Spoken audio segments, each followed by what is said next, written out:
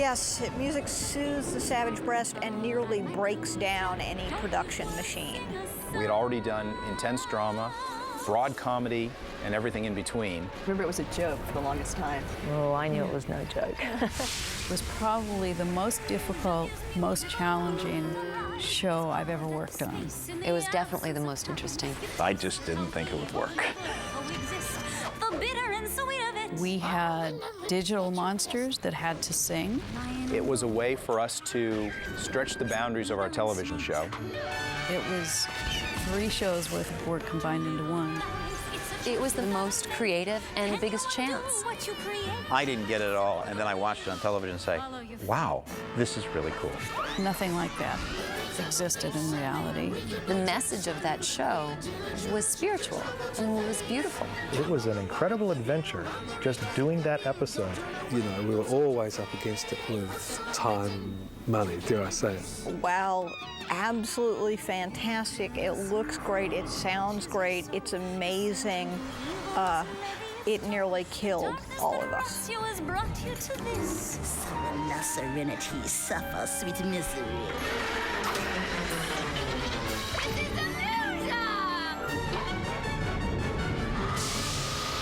Ah, the bittersweet.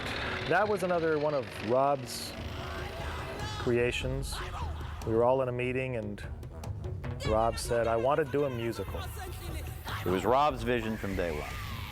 He was insistent on doing it. And we all went, oh, great idea. Oh, fantastic. I put my great staff, Steve Sears and Chris Mannheim, on it. I knew I couldn't write it. I had not a clue of what they were talking about. The meeting broke, and I think all 3 of us went to our phones to try to call a mental hospital to get him committed. It just was so hard, and there was so much pre-production work that had to be done. I thought the idea of making a musical, which I think is probably the hardest genre in features or in television to do, because it takes so much prep time and so much time to shoot correctly, was a major challenge for us. I'll always remember the New York choreographer, Jeff Calhoun, who came down to do that episode. He said, oh, so something like, you've had a couple of weeks to work out the lighting plot for this episode, have you? Because, you know, there's so many different areas. And I said, well, not really, no, just the usual. We had 3 hours the other night, and then we're doing the lighting plans now. This was the sort of show where we did a sound mix 3 times, and we were just trying to tweak it and make it perfect each time. Rob was actually going to direct it right up until about 10 days out, and I think he had such a huge workload on, he realised he'd probably bitten off a little more than he could chew, so Ollie Sassoni came down to direct it. I'm saying at the very last moment, none of us in the writing department thought it was working. Steve Sears even talked about taking his name off of it. We had set so many challenges up for that series that needed to be resolved.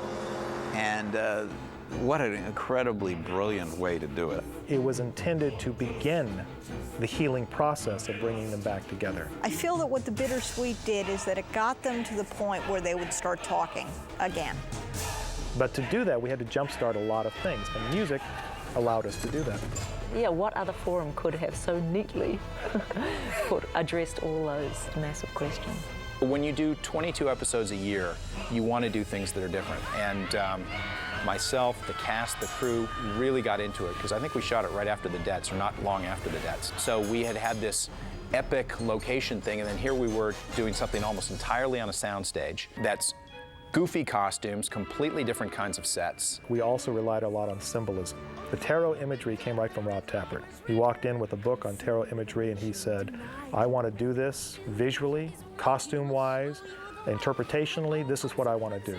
We looked at the tarot pack and tried to take some of the intention and the feeling of the tarot and then convert it into a sort of a 3-dimensional world, sometimes with success and other times with not so much success. And its hunger consumes, for it lives to destroy. Hate is the star, it becomes who you are, not that. Now, when Chris and I actually sat down and wrote the script, we wrote it as a regular script. But we would get to the point where we would have an actual song, and instead of writing the song, we would write a block of paragraph in capital letters saying what the song needs to accomplish. Then that was sent off to Joe LaDuca and the lyricist. Joe's music, Joe LaDuca's music was so terrific. Joe LaDuca did a fabulous job on the music. Can be caught, can be crushed, can be creamed. We hired a wonderful lady, Susan Wood. She did the revoice of Renee. I think she did a good job. I think most people thought it was Renee. We had Rob and Lucy and Renee in a phone patch listening to her from a motorhome on location down in the hills in New Zealand somewhere. Then once Joe tweaked the music, things were a little bit out of sync, and we had to do a lot of different mixing and re-recording to get everything to work. It was logistically very challenging.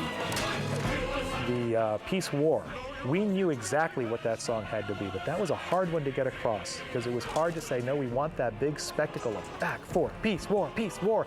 What they're saying here is concluded over here, but has a darker meaning because they said it and back and forth and back and forth. We were worried that it wasn't going to be done correctly. And I remember Steve actually saw, I think, the air copy before I did, and he came bounding in very happy and relieved that it turned out so well. It started to come together. I mean, God bless Rob. He really took chances with the show. He really did.